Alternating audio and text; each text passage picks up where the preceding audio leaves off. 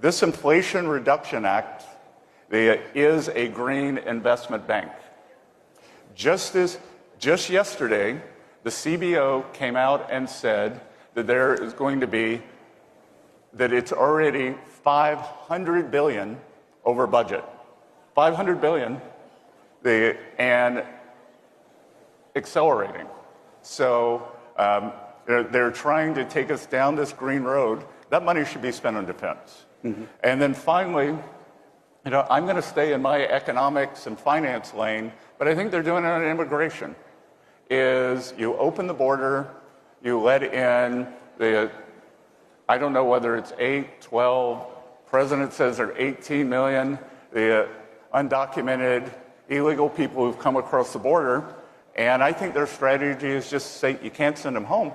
So, yeah, I think it's all intentional, Kevin. Well, I have to now talk about something that has been a big topic here at CPAC, and that I know it's something that it's a delicate subject for you. But when Scott came out of like small town South Carolina and then started his legendary investment career, at the beginning, and please don't make a negative response to what I'm about to say. At the beginning, he started out working for George Soros. And so nobody understands that part of the world, I think, better than somebody who had been inside. And so what do you think about like the efforts to like undermine the rule of law and so on? Like what is going on there? What's he all about? Yeah, look, I can't comment, I can't speak to Mr. Soros's motivations. What I can tell you, he's one of the world's greatest investors. I learned a tremendous amount. He's dedicating his resources in one direction, and I couldn't disagree with what he's doing more. I now want to dedicate my resources in the other direction. And is that I promise all of you, I am not comparing myself to Ronald Reagan. He was the only candidate I have supported as enthusiastically as I'm going to support President Trump. I got to college in 1980 and met him in New Haven, Connecticut. How did I get to meet him? Nobody else on the Yale campus wanted to go see him. Mm-hmm. So I got 10 minutes with Ronald Reagan. But my point is, Ronald Reagan was president of the Screen Actors Guild. He was president of a union, and he saw the destructive and corrosive effects of that. Mm-hmm. And then he became the ultimate free marketeer. Having been inside the machine and knowing how they think and what their moves are, I think that I can help our side get ready. Because I will tell you, you could say all the negative things you want to about George Soros. He is smart, he had a plan, and unfortunately it's worked. And now it's up to us to be smarter, have a better plan, and work harder. That's very substantive. Very substantive. So, and Kevin, just so everyone knows, Mr. Soros and I have not spoken since a month after President Trump was elected in 2016. Okay. And that night, I don't know if anyone remembers, the stock market crashed that night. And I thought, back to, if you think something or believe something that's different than everyone else, the stock market went limit down in the middle of the night. As soon as what's his name, King on CNN almost started crying and said, oh, Hillary Clinton has no path to the presidency, the market crashed, and I thought, this is the greatest opportunity I've seen in years. And I have no personal knowledge. The Wall Street Journal reported that night, George Soros lost $1 billion betting against President Trump. So let's see if we can inflation adjust that number in 24. So you had talked a little bit about there are going to be a lot of efforts to juice up markets of the economy this year, that people should watch out for them. And then one of the things you mentioned is the Treasury. And I'd like you to walk people through how that works, because the Treasury has a big bank account with hundreds of billions of dollars in it, and it's basically they can start writing checks without the approval of Congress, and you think that they're about to start doing that between now and November. Is that right? I do, Kevin, and I think I have the high ground here with Secretary Yellen, is because 3 years ago in an article in an economics journal, I called Janet Yellen one of our great public servants. One of our great public servants. In the spring of 2022, she was fired, but she refused to leave office. And all of her successors or potential replacements, the Secretary Raimondo, Lael Brainerd, Gary Gensler, they were all in the mainstream media. And so they pulled on Secretary Yellen's choker collar, and she responded. What did she do after that? In 2022, she ran down the Strategic Petroleum Reserve to suppress oil prices. So we are at a 4-decade low in terms of the Strategic Petroleum Reserve. And I don't know if anyone here has noticed, but the Middle East seems like it's pretty hot right now, and it doesn't seem like a great time to be at a low. So what Kevin's alluding to, and all of you can monitor this at home, I was on the War Room a couple of weeks ago, and I mentioned to that audience there's something called the TGA. It gets published every day, and it is the Treasury's account at the Federal Reserve. And it's a rainy day fund. Just like we all keep a cash cushion in our checking or savings accounts, the Treasury keeps a cash cushion. And to put that in perspective, when Donald Trump left office, that cash cushion was $1.5 trillion. Secretary Mnuchin knew that we were in the middle of the COVID crisis, and it demanded a huge cushion. Right now, that cushion is around $700 billion, and I challenge Secretary Yellen not to run it down between now and November 5th, because that is a rainy day fund. And because the deficits are so high, because the Biden administration, she and the others are spending money, that is only about 1 month of outlays. So, could you imagine the U.S. government's rainy day fund is only 1 month. Now, let's see if she's willing to take that down, because if she does, it's just it's back to my point of no return. The Treasury job and the Federal Reserve job are risk management jobs. Why did we get the great inflation of 2021 and 2022? The Federal Reserve failed the American people on risk management.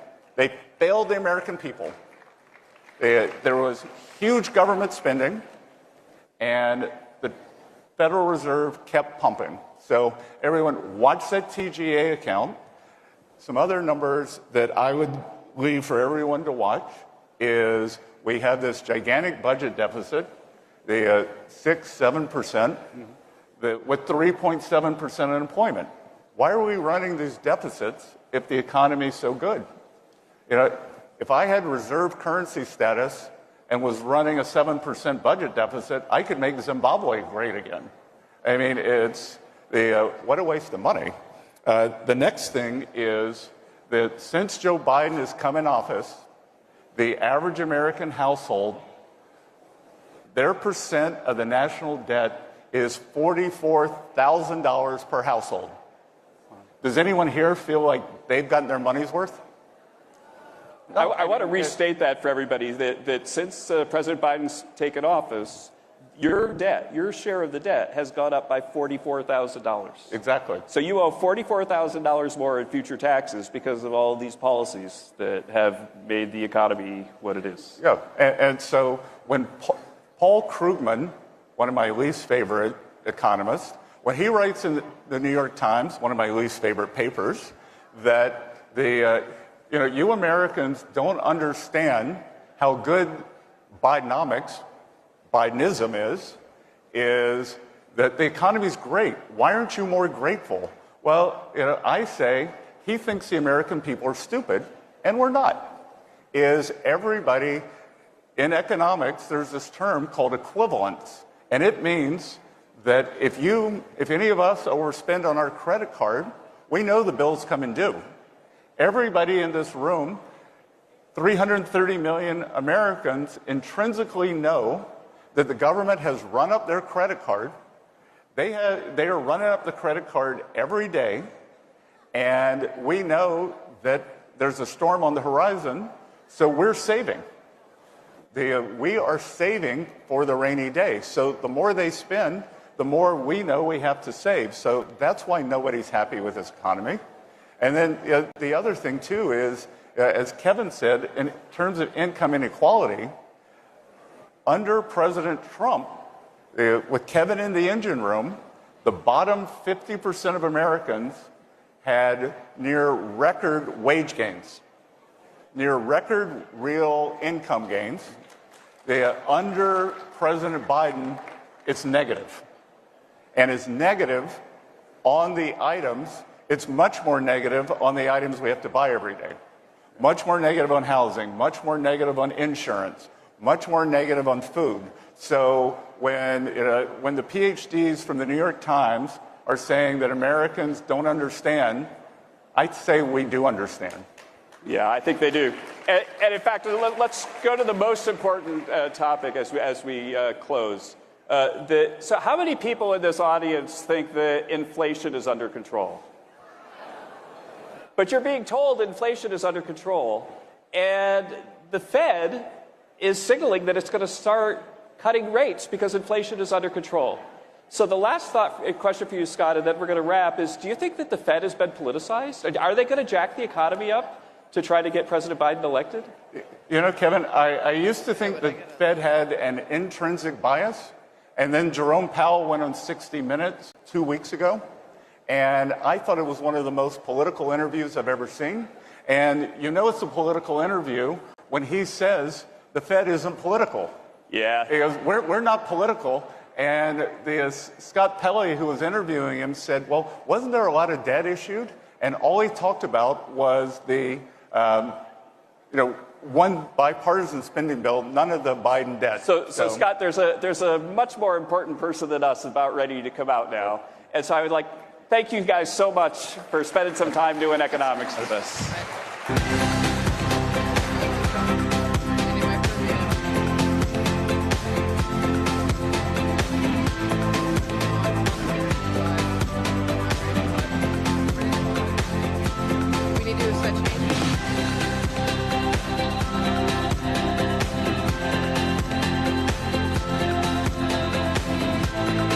Ladies and gentlemen, please welcome CPAC Chairman Matt Schlapp and Mercedes Schlapp.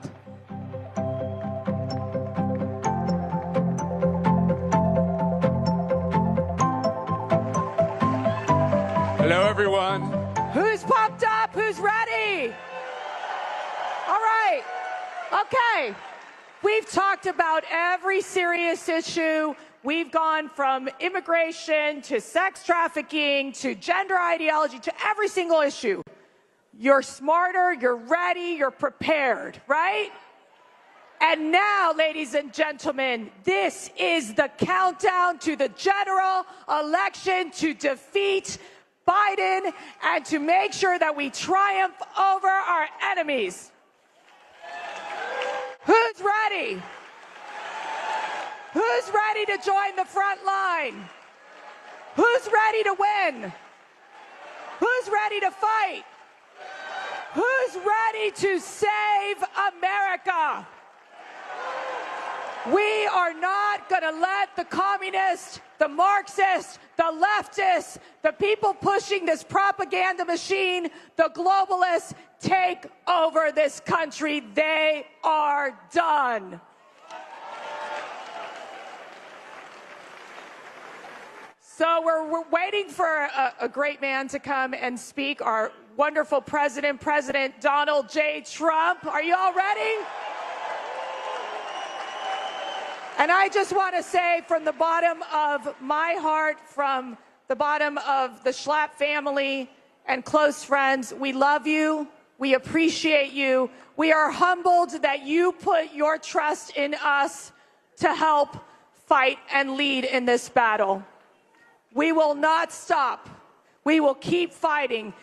We are not going to let them destroy us, destroy this movement, destroy this freedom movement where globalism goes to die. Hey, I've been reading some stories about all of you. They said you weren't going to show up to the CPAC this year. They said you were looking for an alternative. You didn't like the chaos. And you think tweets can be mean sometimes. I don't think you got that memo. Are you surprised that they're trying to make conservatives and people who love this country feel like we're little, we're a minority, that we're scrawny, that we're a niche? I'd like you to make some noise so that those folks running the World Economic Forum, the EU, and the UN can hear your reaction to, at CPAC 2024, globalism is going to die.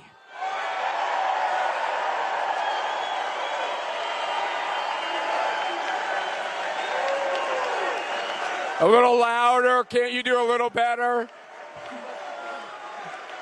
USA. That's right.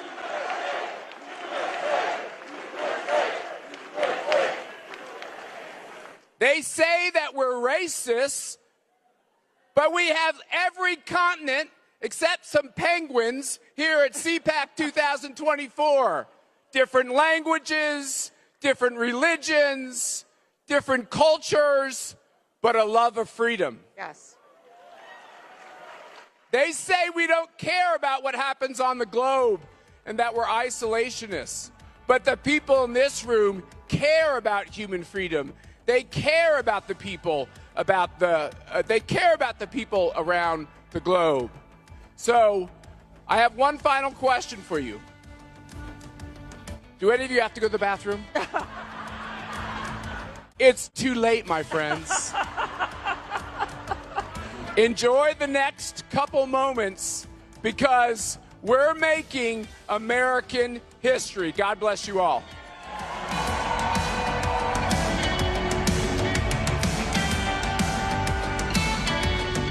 Ladies and gentlemen, in anticipation of our next guest, we ask for your assistance. If you are standing in an aisle, along the wall, or in a doorway, even if the doors are closed, you must move. Please find a seat or move to the standing room viewing area located in the rear of the ballroom. If you have not found a seat prior to the start of programming, you will be asked to relocate.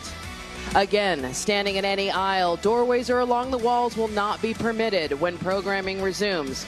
We thank you for your assistance.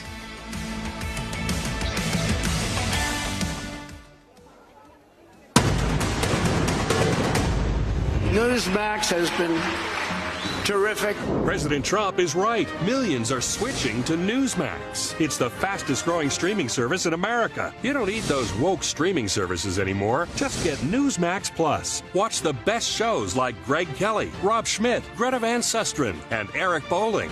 Greg Kelly over at Newsmax. The Newsmax people have been really terrific. Gain access to exclusive documentaries, series, and special briefings. It's free to start. So go to NewsmaxPlus.com now to sign up and watch Newsmax anytime, anywhere. On January 7, 2021, they tried to silence our voices forever as 1.2 million Americans were deplatformed, including our great real president, Donald Trump. It's been 3 long years of fighting to save our country and secure our elections, but now our voice is bigger than ever.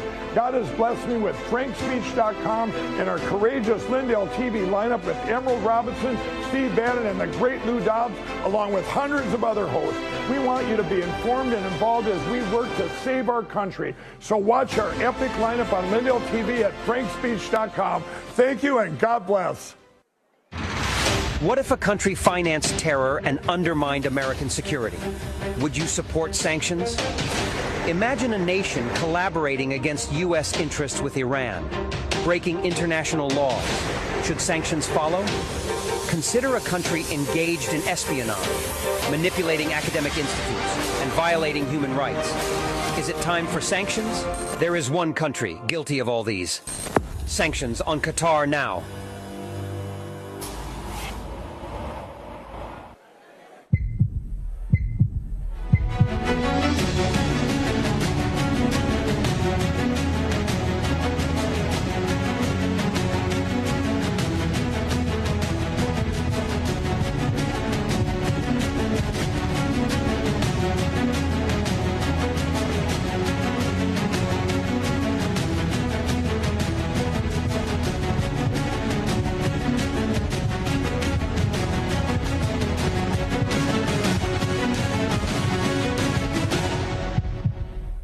America is under attack. Our families are being crushed under the politics of a radical agenda. But moms have had enough. We are standing up and we are fighting back. This is our battle. This battle is every bit as important as the Revolutionary War because we fight for the same thing. Moms for America is a national movement of moms reclaiming our culture for truth, family, freedom, and the Constitution. I think Moms for America is exactly on track and is doing the right thing for the future of our country and our children. Like Moms for America is going at the heart of the issue. But I am honored to join Moms for America today as we speak out against the horrific mandates. With a national network of over 500,000 mothers, Moms for America is one of the fastest growing movements of women in the country. Well, the most dangerous place in all of nature is between a mama bear and her baby cub. We are the change. No matter what, no matter where, and no matter how difficult the obstacles are that are facing us and our families, we will not give up and we will not give in. So if not now, then when? If not you, then who? Welcome to the Mom-Led Revolution.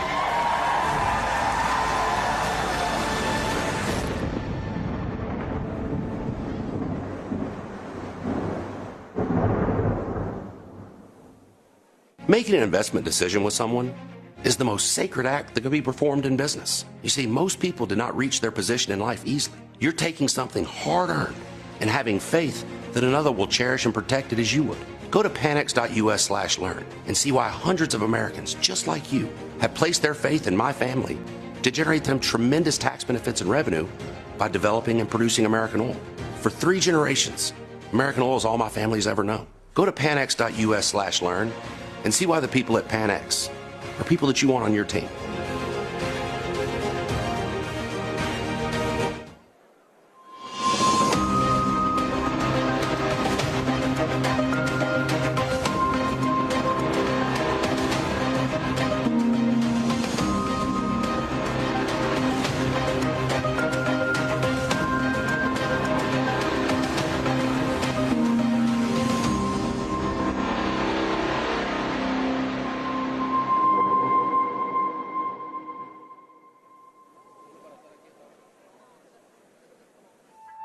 Champions are not born.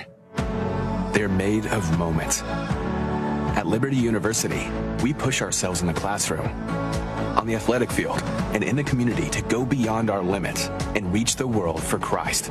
Every play made, every assignment completed, and each friendship formed is a testament to our dedication to that mission. These moments matter and make us champions. Become a champion for Christ at Liberty University. There's a concerted effort to intimidate and censor conservative thinkers. The very freedoms secured by our Constitution are being threatened by the most liberal progressives America has ever seen. It seems like everything they do is to the detriment of our great nation. But there are plenty of patriots with the courage to stand up to the left. Join AMAC. AMAC is a voice for conservatives that cannot be ignored. Stand with over 2 million America-loving patriots by joining AMAC today.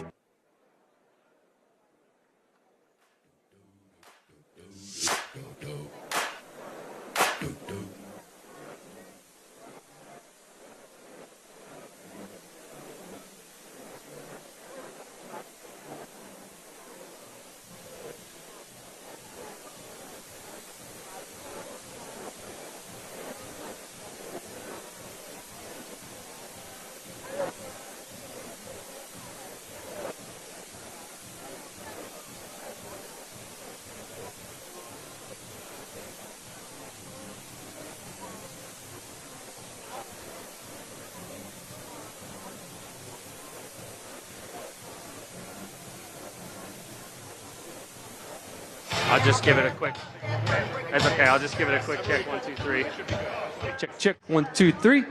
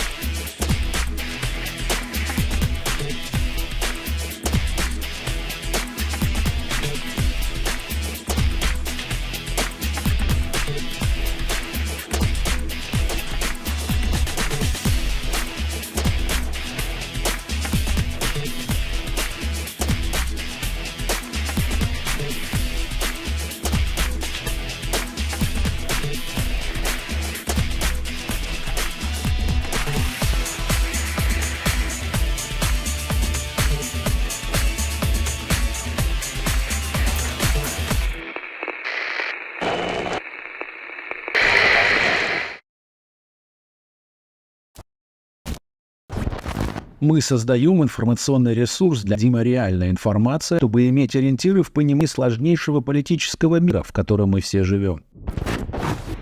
Cats Video Production — это новостные сюжеты, прямые включения, авторские проекты и прямые эфиры, в которых каждое слово имеет смысл.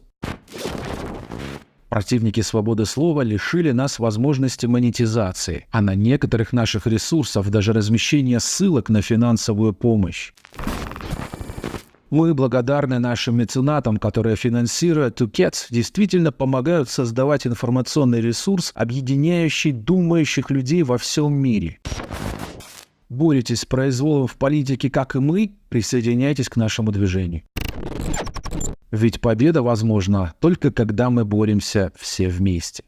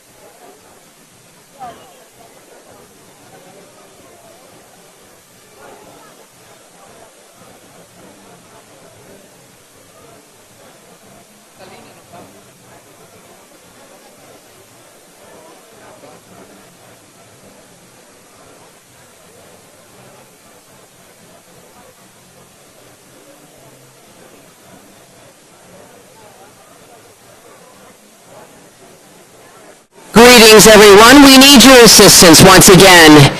We want all attendees watching at home to be able to see President Trump. Any rally signs or other items are for you to take home. They may not be raised at any time. Do not raise them during the speech. Again, we want everyone at home to be able to enjoy the remarks. Please make sure that you do not raise the signs at any time while in the ballroom.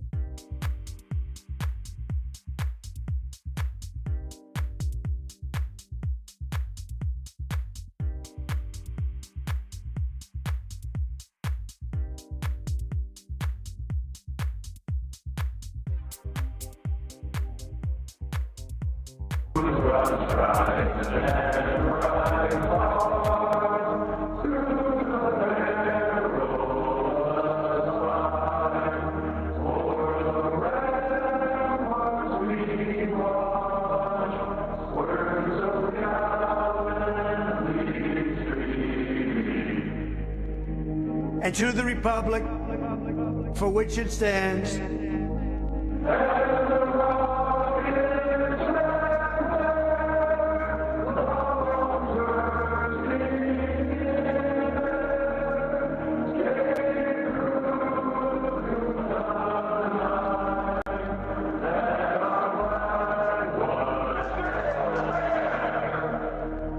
one nation, under God,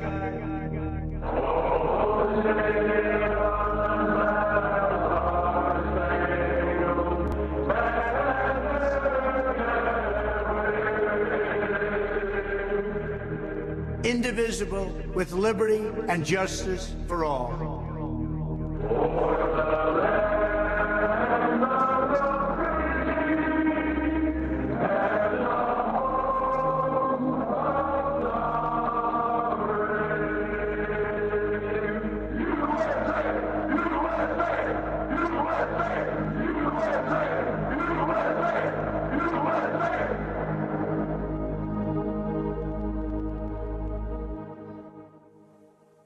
Ladies and gentlemen, please welcome the next president of the United States, President Donald J. Trump. And I'm proud to be an American, where at least I know I'm free. And I won't forget who died, who gave that right to me. And I gladly stand up next to you and defend her still today.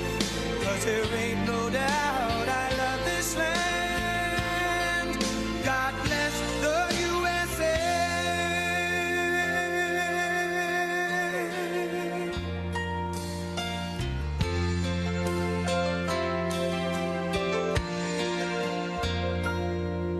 From the lakes of Minnesota to the hills of Tennessee, across the plains of Texas, from sea to shining sea, from Detroit down to Houston and New York to LA, where there's pride in every American heart, and it's time we stand and say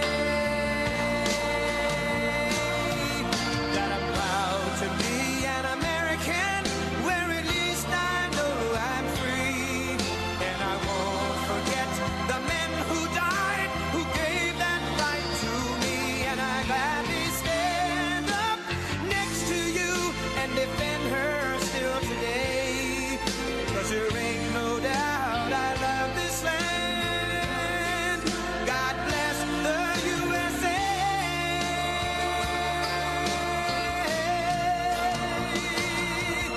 And I'm proud to be an American, where at least I know I'm free. And I won't forget the men who died, who gave that right to me. And I gladly stand up next to you and defend her still today. 'Cause there ain't no doubt I love this land. God bless the USA.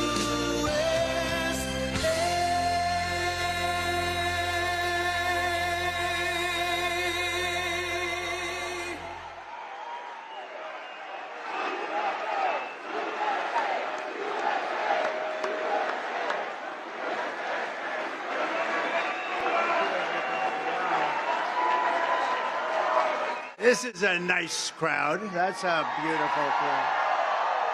Thank you. That's a great honor. They have rooms packed outside of this hall. If anybody would like to give up their space, let other people come in, please let us know. We'll take care of it. It's a tremendous celebration. Thank you very much. And hello to CPAC. We've been coming here a long time, and it's gotten bigger and better and more beautiful. And thank you very much. It's a big election going on today. You probably have read a little bit about it. And I'm supposed to be in a slightly different location, not too far away, but nevertheless, it's different. And I said, no, I'm sorry, I have to be at CPAC today. I have to be there. And I want to thank Matt and Mercedes Schlapp, two great people, along with the entire staff.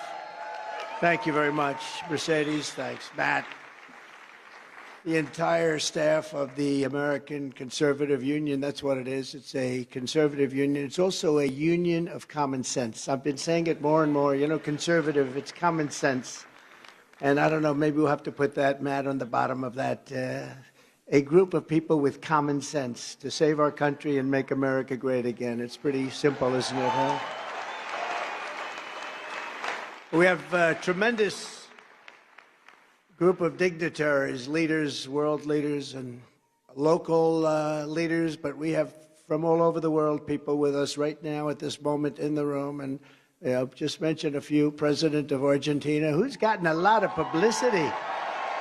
He's gotten a lot. He's a great gentleman. You know, he's MAGA. He's MAGA. Make Argentina great again. It's true. No, and he said, I am MAGA. And then I realized he's one of the few who can really do it well. Make Argentina great again. Javier Milei. Thank you very much, Javier. Thank you. Thank you very much. It's a great honor to have him with us. Senator J.D. Vance. He's doing a fantastic job. Thank you, J.D. Congressman Corey Mills. Thank you. A very powerful competitor of mine. He is a quick one. He's a smart one. Vivek. Where's Vivek? Ramaswamy. Thank you. He endorsed me.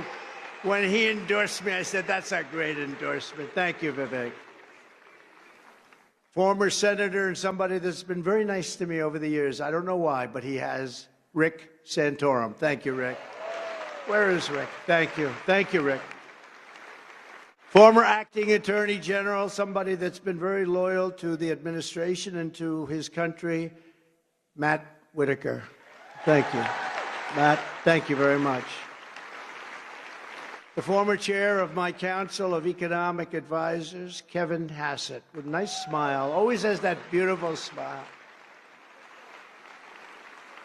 Somebody that very shortly will be a United States Senator, Kari Lake. Where is Kari Lake? Where is Kari Lake? Wow, that's a pretty good hand you just got, Kari, I'll tell you. Well, she was very close to being governor, but unfortunately a lot of the voting machines just didn't work. They weren't working that particular day. The lines were miles long. They weren't working too well that day, Kari, but it's one of those things. And then the judges said, well, not our fault. We better straighten out our elections pretty fast because otherwise we're not going to have a country any longer. That's true. Thank you, Kari, very much. U.S. Senate candidate from Virginia, Hung Cao. Whoa, he's got support. He's got some support. Wow. Wow. A man who is tough and smart and loves our country. He's the head of America First Legal. He's won a lot of cases, I can tell you, and he's a real guy. He's a real patriot. Stephen Miller, my friend. Stephen Miller. He's around here someplace. There's a lot of people in this room. Thank you, Stephen. President of the Vox Party in Spain, Santiago Abascal. Thank you very much. Thank you, Santiago. Great to meet you. They've made a lot of progress, too. He'll be number 2 and number 1 very shortly, it seems like. That's what I'm reading. Let's see if, you know, a lot of it's fake news, so we can't go by everything. But that's what I'm hearing. Federal deputy from Brazil, Eduardo Bolsonaro. Eduardo, wherever you are. North Carolina GOP chair, and I think he'll be probably going to a national position very shortly, Michael Whatley, fantastic guy. And we all know and love a man who great bravery in the administration, really a brave person. He went through hell and back, and he beat everybody. He just beat them along the way. Rick Grinnell. Thank you, Rick. The president of Moms for America, Kimberly Fletchner. That's a good group. They just gave me their award. Thank you for that wonderful award. How about Moms for America picked Donald Trump as the man of the year? Can you believe this? Have I made progress? Ah, boy. And a man, single greatest advertiser and purchaser of advertising in the history of America, Mike Lindell.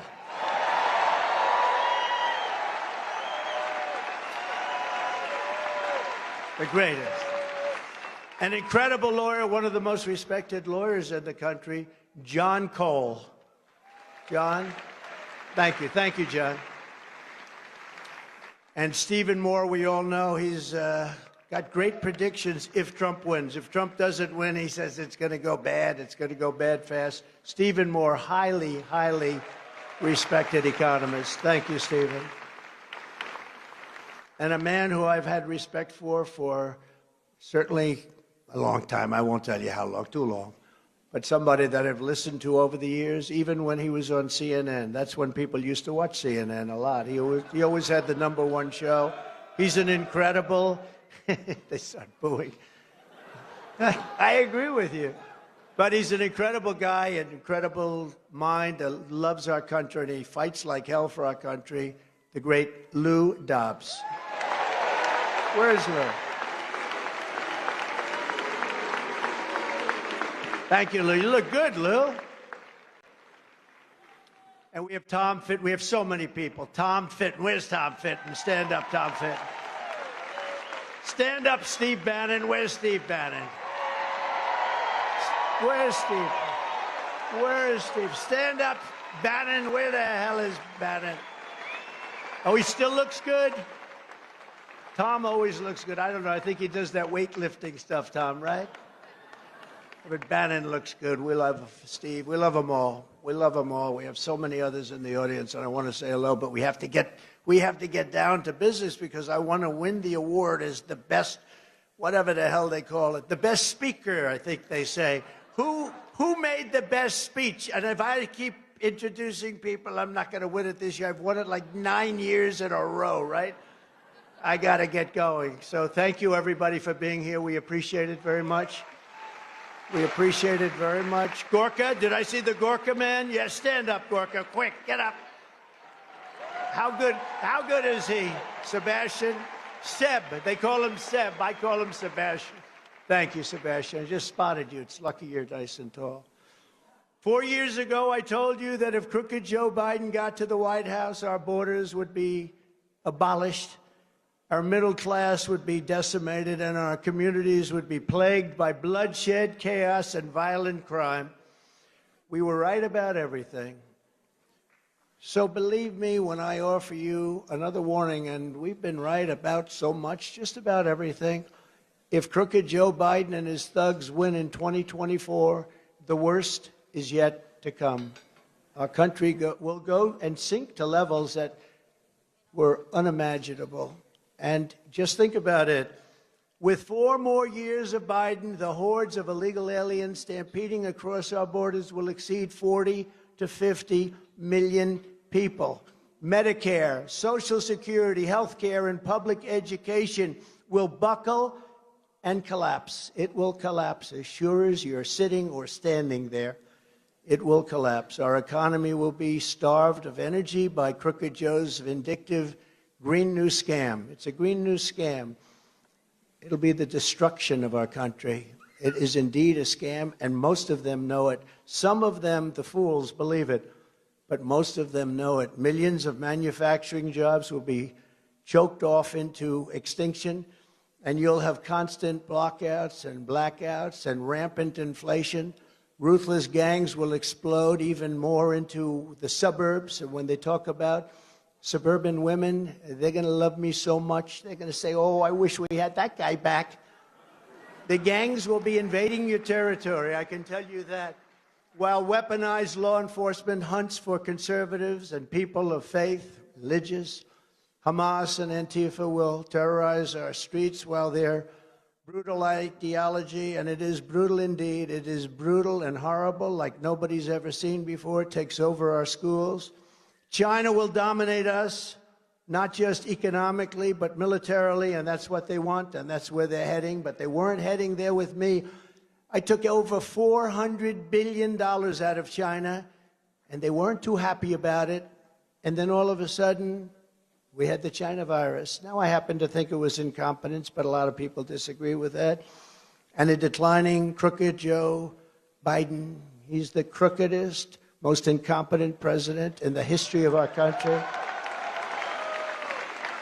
We'll soon have us losing World War III. We won't even be in World War III. We'll be losing World War III with weapons the likes of which nobody has ever seen before. These are the stakes of this election. Our country is being destroyed, and the only thing standing between you and its obliteration is me. It's true. It's true. Viktor Orban is somebody I respect greatly. A lot of people respect him. Tough guy, smart guy. He made the statement recently. He said, if you bring back Trump, it'll all stop. They all listened to Trump. They respected Trump. He actually said it stronger than he said they were afraid of Trump. I don't want people to be afraid of me. But he said China was afraid, Russia was afraid. They were all afraid of Trump. Bring him back, and it'll all go back. And I will tell you, we had things at a level that nobody's ever seen before. We had no wars. We had defeated ISIS. We got rid of the worst terrorists in the world. You know that. And solely defeated. We took 100% of ISIS gone. And then we had no wars for 4 years. We had no wars. First time in 72 years that happened. No wars.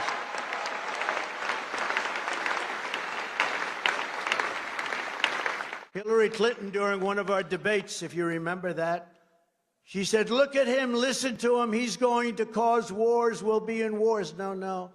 It turned out that I was able to stop wars from happening and brought our troops back home. We got out of these ridiculous, endless wars, killing people on both sides, costing trillions of dollars. Crooked Joe and his henchmen have you trapped, and it's an express train barreling toward servitude and to ruin. It's moving at a speed that Joe doesn't understand, because Joe actually, I don't think he knows what the hell's going on, to be honest with you, but he's surrounded by some very bad fascists. A vote for Trump is your ticket back to freedom. It's your passport out of tyranny, and it's your only escape from Joe Biden and his gang's fast track to hell. And in many ways, we're living in hell right now. Because the fact is, Joe Biden is a threat to democracy. He really is a threat to democracy. I stand before you today not only as your past and hopefully future president, but as a proud political dissident. I am a dissident. Remember this, I've been indicted more than Alphonse Capone, Mr. President. Do you know who that is? Even the president just said, I do. Scarface, Al Capone. If he had dinner with you and he didn't like the smile in your face, he thought you were mocking him by smiling, you would be dead before you got home and said hello to your wife. And Alphonse Capone, I got indicted 4 times by this gang of thugs for nothing. Or, as I say respectfully to the people from foreign countries, for bullshit.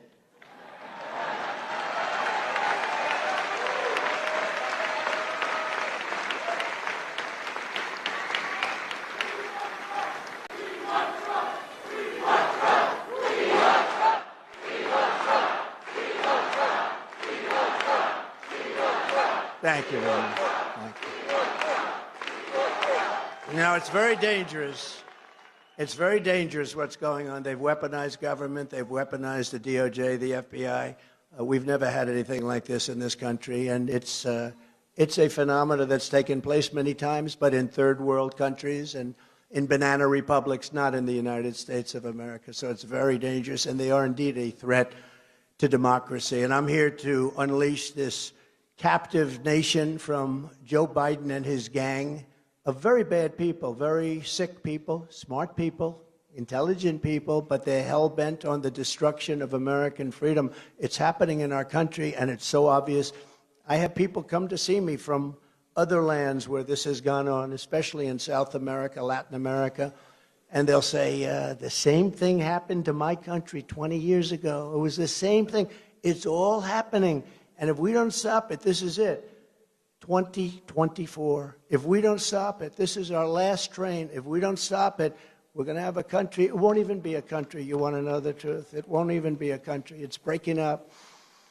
If we can break out of the Biden nightmare, and it is a nightmare, he's the most incompetent person. Can you imagine this man who can't walk off a stage? He can't find the stairs. Where are they? Where are they, he asks. Where? He makes a 2-minute speech because that's about the only, they couldn't get any more fuel than that. Whatever happened to the cocaine they found in the White House? Where is it? And by the way, I have to say, because I have such respect for this audience and CPAC, I would have never spoken, and I never did, about him because of my respect for the office of the president. I have great respect for that office. But once I got indicted the first time, remember that? I got indicted, and I got impeached twice. We won that, and we'll win all of this stuff. But once I got indicted, I said, well, now the gloves have to come off because they did something. Those, you know, the fake news, before these indictments came, the fake news, almost every one of, well, he'll never be indicted. You don't do that. He was a very popular president. You know, I got more votes than any sitting president in history. Got almost 75 million votes. Substantially more than any other president, sitting president, has gotten. And they would say, oh, no, he'll never be indicted. These are people that, some of them truly have Trump derangement syndrome. And they were saying, he'll never be indicted. They won't do that. They'll never. He did it. They did it. They actually, and it was all done by him in order to go after your political opponent so that you can damage him enough that you can maybe win. But it's had the reverse effect because our poll numbers have gone through the roof. Can you believe this? They've gone through the roof. That wasn't supposed to happen. And it's probably never happened before. I've watched over the years as politicians get indicted. And they start by going to a microphone about 2 minutes after it happens. Ladies and gentlemen, I would be resigning from office today, and I will go home with my family and my friends, and I will fight for my name. Well, that's the last you ever hear from that poor guy. And with me, we have a big voice. You can see by this crowd today, look at that, standing room only. They're all over the place. They have 3 rooms like this. And I have a voice that I can explain it all, like the laptop from hell when they impeached me. And it turned out I was right after going through all that. And now they say, you know, we shouldn't have impeached him. He was right because the laptop from hell showed that I was 100% right. All of these things, we were right on all of it.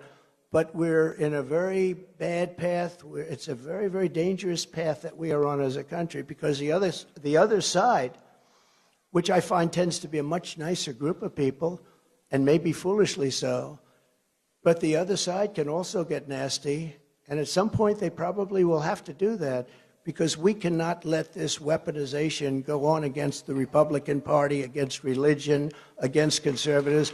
We cannot let this continue to happen.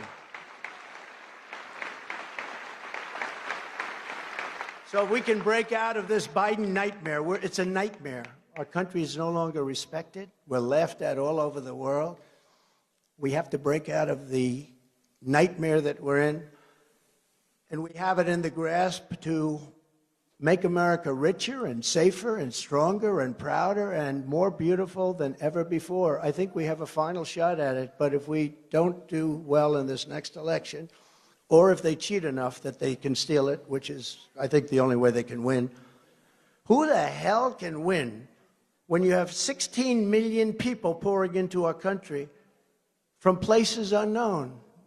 We have countries that nobody ever even heard of from all over the world. Yesterday they had many people caught from prisons in, you remember this, right?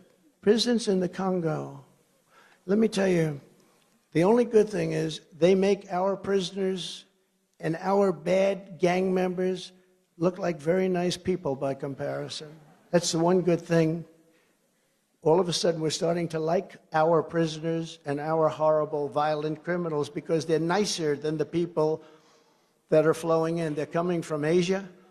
They're coming from the Middle East. They're coming from all over the world, coming from Africa. And we're not going to stand for it anymore. As a country, we're not going to stand for it anymore. They're destroying our country.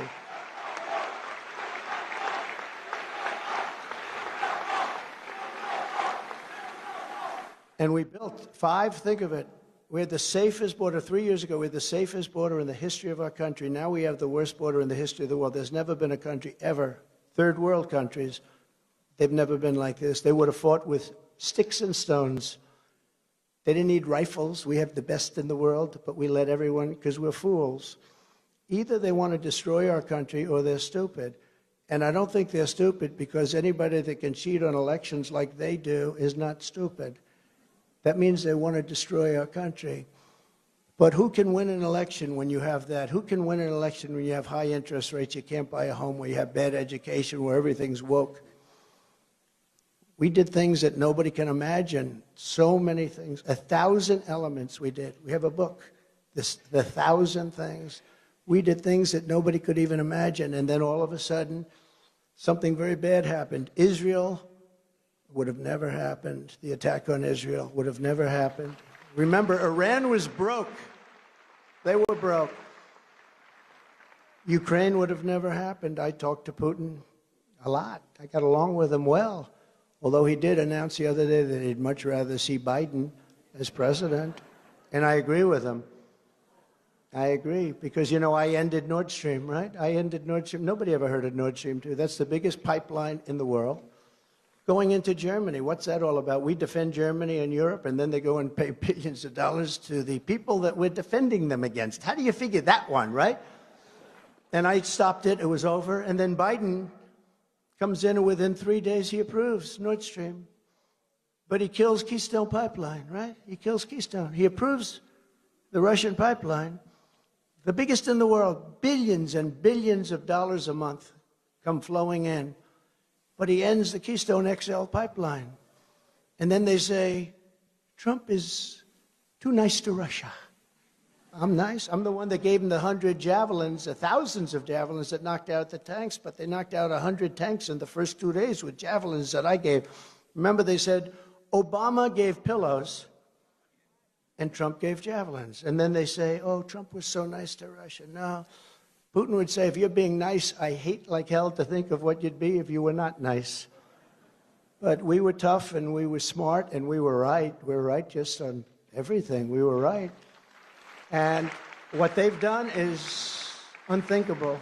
What they did with the border, allowing these people to flow in, is unbelievable. But to achieve a great future, we first have to throw off the chains of our out-of-control political class, and that begins with telling crooked Joe Biden, you remember The Apprentice? Crooked Joe Biden, you're fired. Get out of here. Get the hell, you're destroying our country. You're fired, Biden. Get the hell out of here. Right?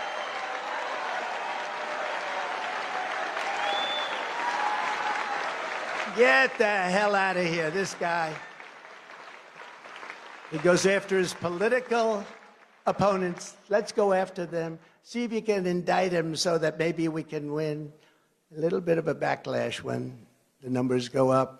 But anybody that does that and all these other things they've done, they're destroying our country.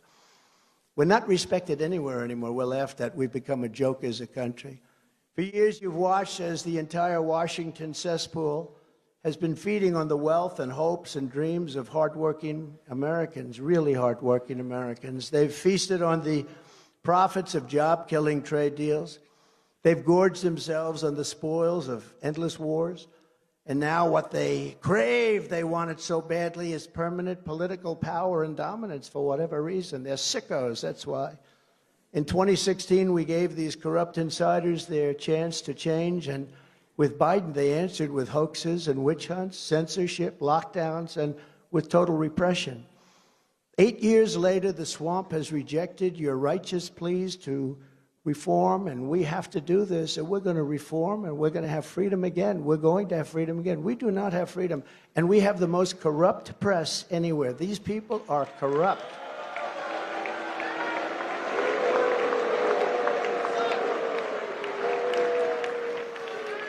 They are corrupt. Not all of them, about 92%. No, you have some wonderful journalists, you really do, but they're just overwhelmed by the people that know they're doing so wrong. I watch ABC, CBS, NBC. I mean, it's so, I don't even talk about CNN because nobody watches them anymore. MSDNC is horrible, horrible. But fortunately, not a lot of people are watching them anymore. They've tuned out. But the press has to straighten itself out. You know, they're all doing badly, and they're doing badly because they're fake news. That was another one we called, right? Fake news. The only problem with that term, it's not strong enough. I wish it was stronger. At the ballot box this November, it's you and the people you have to be, and we'll deliver a reckoning like they haven't even imagined before. We're going to straighten out our country. We're going to bring our country back. For hardworking Americans, November 5th will be our new Liberation Day, but for the liars and cheaters and fraudsters and censors and imposters who have commandeered our government, it will be their Judgment Day. Their Judgment Day.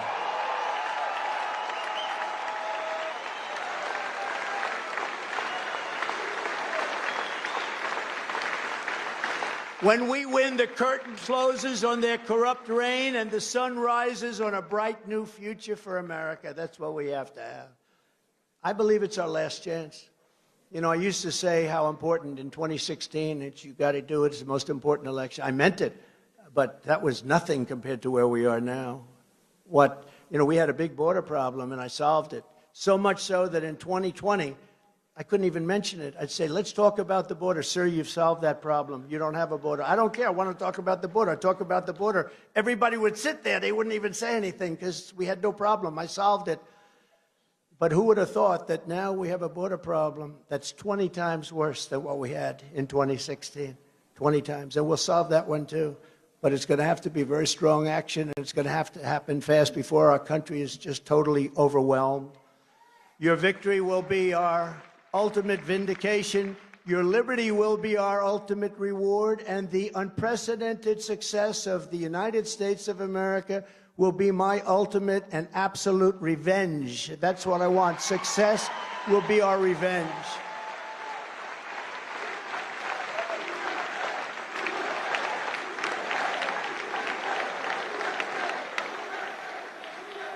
I love those young people over there.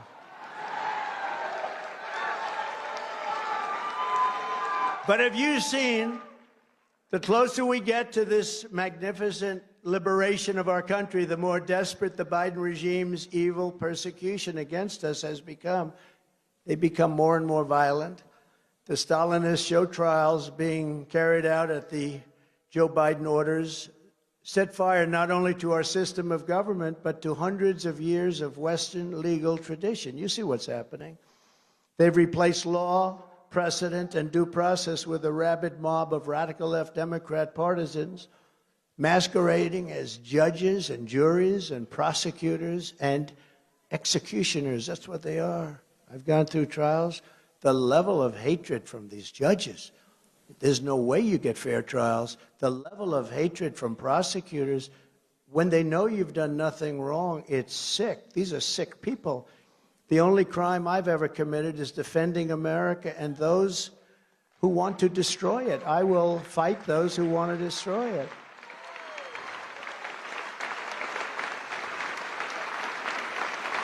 And they're very angry at me because I won an election that wasn't supposed to happen, and they were caught off guard. And they said, we'll never let that happen again. And in 2020, they cheated like dogs, and we all know it. We all know it. For that and that alone, Biden and his deranged prosecutors, attorney generals, local district attorneys are trying to take away my liberty. They're trying to take it away. They're trying to steal my liberty.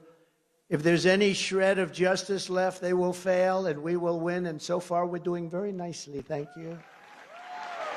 But I would rather lose my freedom than surrender to this group of thugs and tyrants, fascists, scoundrels, and rogues. The more the corrupt establishment tries to stop us, the more you know the day is near at hand when we will break free from their grip. We're going to break free very soon. We're going to break free from their grip very soon. You heard the J6 hostages, didn't you? You heard that. And I will tell you, there's never been in the history of our country a group of people treated the way they've been treated. There's never been anything like it. Carpenters, mechanics, lawyers, firemen, policemen, military people. They went to protest a rigged election, and they've been sentenced to years in prison. When they burn down Portland and they take over a vast section of Seattle and they burn down Minneapolis, and I had to watch television as a CNN reporter is standing saying, this is a peaceful protest. I'd like to say, this is a peaceful protest. And the whole damn city behind him is burning to the ground. Did you remember that? As far as the eye could see, Minneapolis burning to the ground. This is a peaceful protest. And then he got hit on the knee and he went down. It was crazy. No, it's crazy what's going on. And I tell you what, if I didn't bring in the National Guard, because the governor didn't want to do it, they'd never want to do it. If I didn't bring in the National Guard, I wish I didn't wait 6 days, but if I didn't bring in the National Guard, you wouldn't even have a city there. You wouldn't even have, that city was going down. They'll only motivate us more to make America great again. We have to make America great again. That's our mission. People say, what is your mission, sir? I remember when Ted Kennedy, he was actually a friend of mine, slightly different viewpoint on life, but he was a friend. But they asked him a question, it took him down. What plans do you have for America? Why are you running? And somehow, you know, that's a much harder question than you think, because, you know, you're answering all the little details. Then they ask, what are your plans for America? It took him down, actually took him down. I just say, my plans are very simple. Make America great again. That's all I say. Make America great again. Very simple.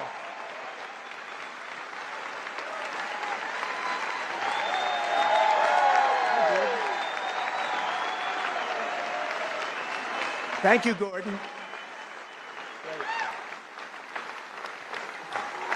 The first and most urgent action when we win will be the sealing of the border, stopping the invasion, drill, baby, drill, send Joe Biden's illegal aliens back home. We'll do all of those things, and we're going to have to do them fast because no country can sustain what's happening in our country.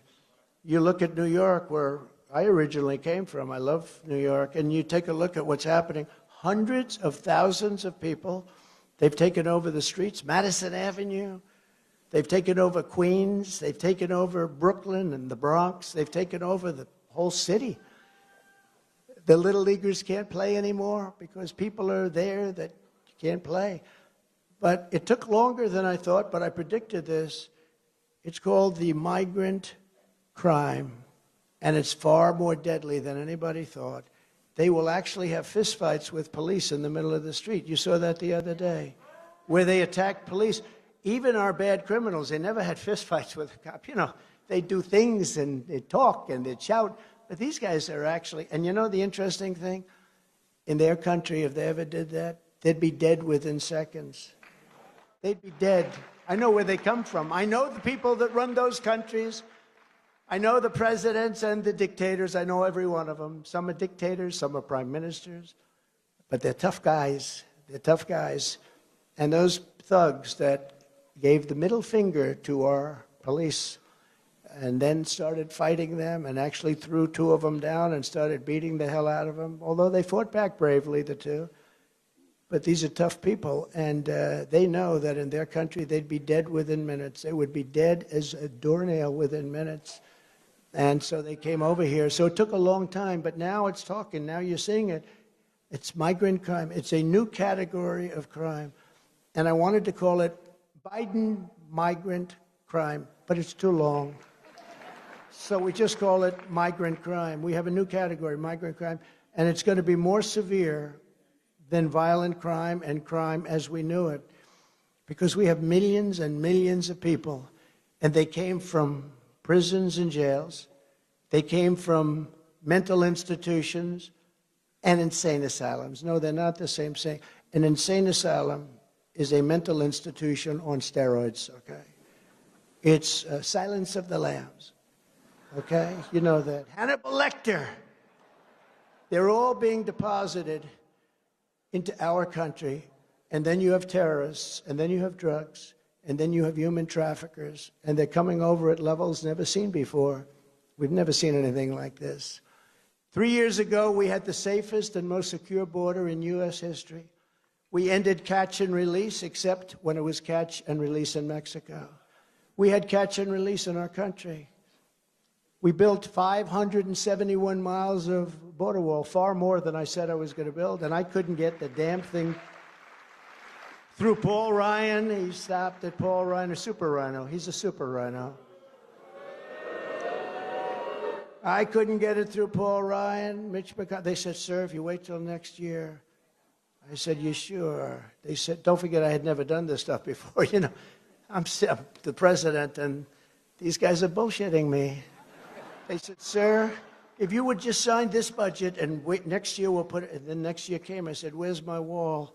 They said, sir, we're not going to be able to get it, you know. In the meantime, they give trillions of dollars to the Democrats for the Green New scam. So what I did is I approved the military, and I took it out of the military. That's how I built it. I built the wall through the military. And the military, by the way, the Army Corps of Engineers did a great job. But I built it through 571 miles and 200 miles ready to go. It was laying there ready to be installed. It would have been 3 weeks. The entire thing would have been double what I promised. And then we had the rigged election, and they said, we don't want to build the wall. We don't want to build it. And I said, you know, they really do want open walls. I figured it was maybe just talk. I said, they really want an open border. Nobody could understand it. They really want an open border. And that's when it began. And that's when our country had really, because we can look, we can drill, we have more energy, we have more liquid gold than any other country. We can drill, we can do all of these things. But we have a problem because we have, by the time this guy, trying to be nice, but I don't have to be nice anymore because he indicted me. But I'm trying to be nice anyway. But by the time this guy gets out of office, we'll have 18 million people, in my opinion, in our country that shouldn't be here. And they do come from prisons and mental institutions, and they are terrorists. And we're going to be paying a price, and it'll be the largest deportation in the history of our country. And we have no choice.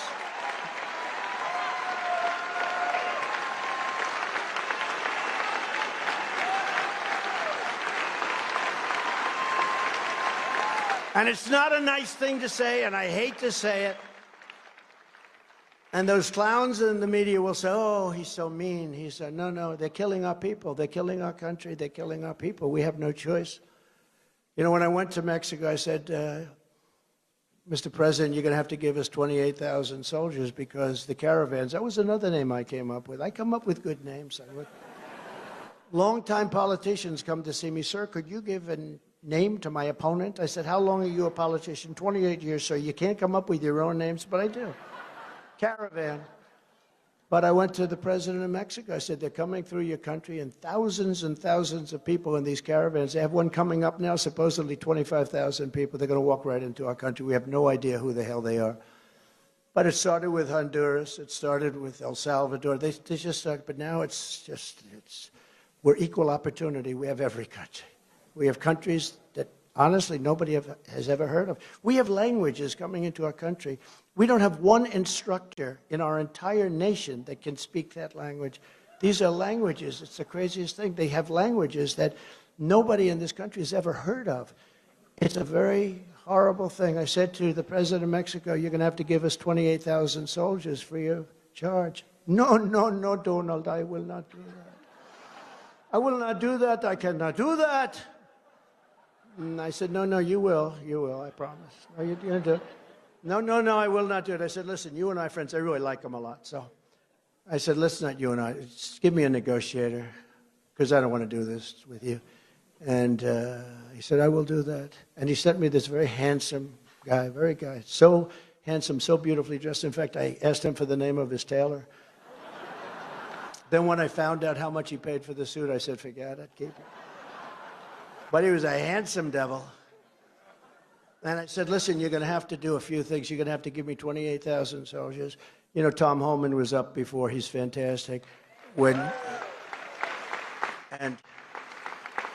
he does go around saying, I love this guy. He says, Trump was the greatest president in history, and on the border, there has never been in his lifetime any president that was even close. And he's right about that. He's right. I mean, we know the results. But Brandon Judd, you have unbelievable people. All they had to do is leave it alone. But I said, you have to give us 28,000 soldiers. No.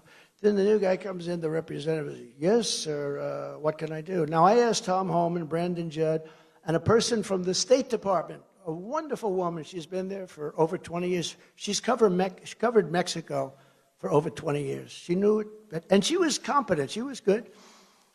She wasn't a good negotiator. And I said, what would you like? Give me your I want a top 10 list. Well, sir, we'd like a remain in Mexico, but we've been trying to get that for years. You won't be able to get that, and you won't be able to get a catch and release in Mexico. You know, we have catch and release in there. We catch a criminal and we release them in our country. I said, no. Catch and release is fine in Mexico. Title 42, that's with the sick people and with the children. You've got to get the children back to their parents. All of these things, they gave me a list. But they thought they were wasting time. It was a list of 10 things, tough things. Just ask Tijuana if they were tough. Tijuana became one of the largest cities in the world all of a sudden. They said, what the hell is going on? So this guy comes in, and I say, look, number one, I want 28,000 soldiers free of charge. And he goes, oh, we're not going to do that. We're not doing it. He thought I was crazy, by the way. I said, oh, no, you're going to do it, 100%. No, we're not going to do it. I said, you're going to do it. I guarantee you, you're going to do it. He goes, no way. I said, way. And he said, we will not do that, sir. We will not do that. I said, here's what else you're going to do. Remain in Mexico. Nobody comes into our country until they're checked at the border. You're going to do remain in Mexico.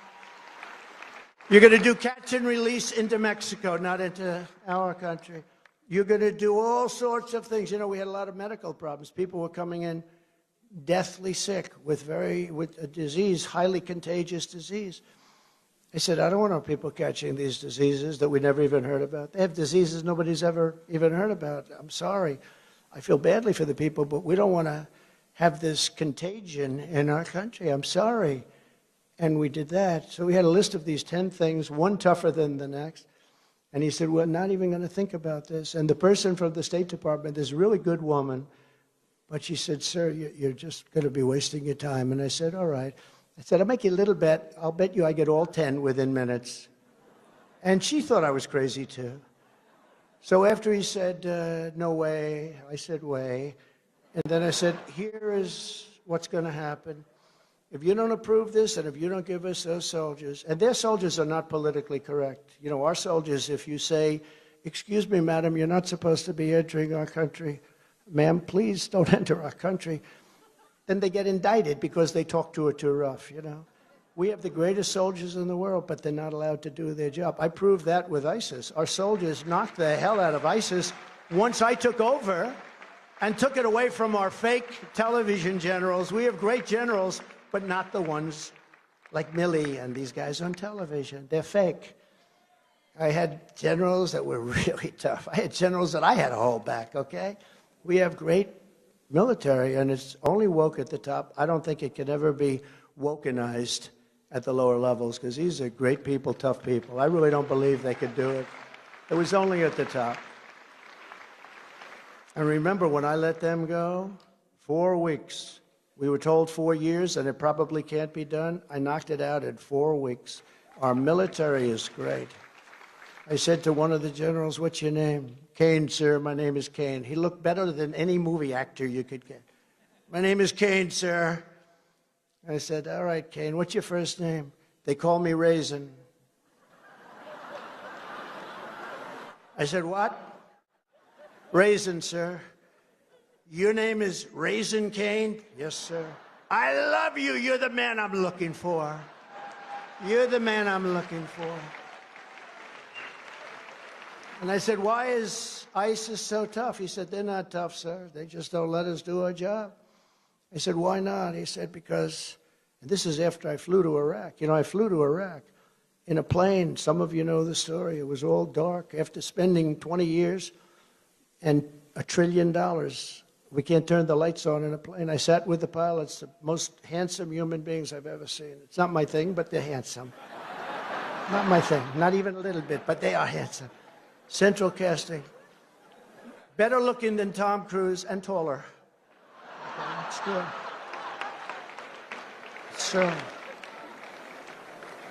I'll deviate on the stories. Now, by the way, when I deviate, they'll say, oh, he went from... No. A really smart person can go through various stories, always come back and conclude everything. Okay.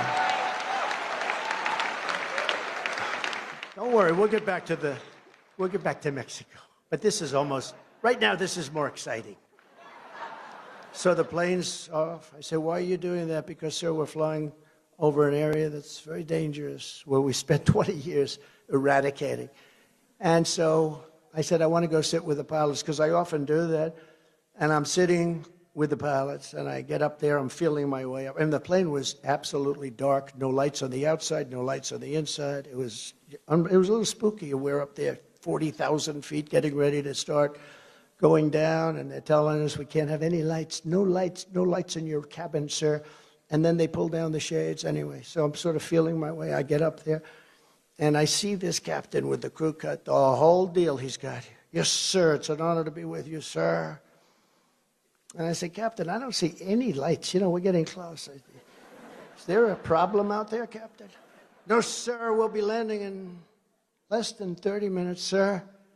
I say, all right, and I'm sitting in a seat that's right in the back between these two handsome human beings. And, you know, they always give the best pilots, the Air Force One and Marine One, the helicopters you have, which is good. One thing you know, you got great pilots. These are the best.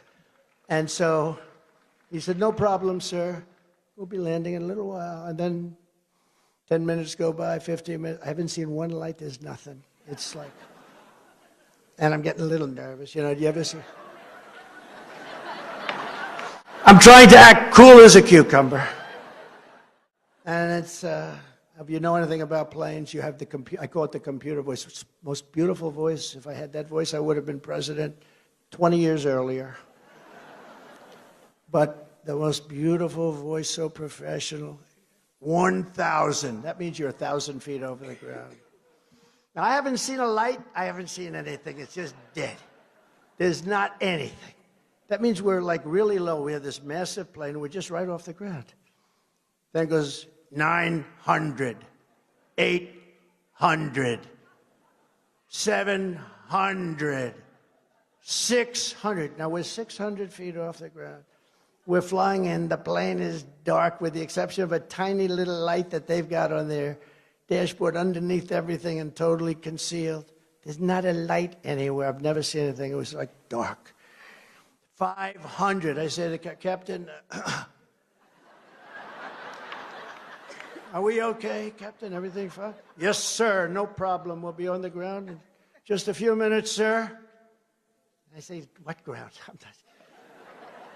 So, 400, 300, 200. Captain, are we okay?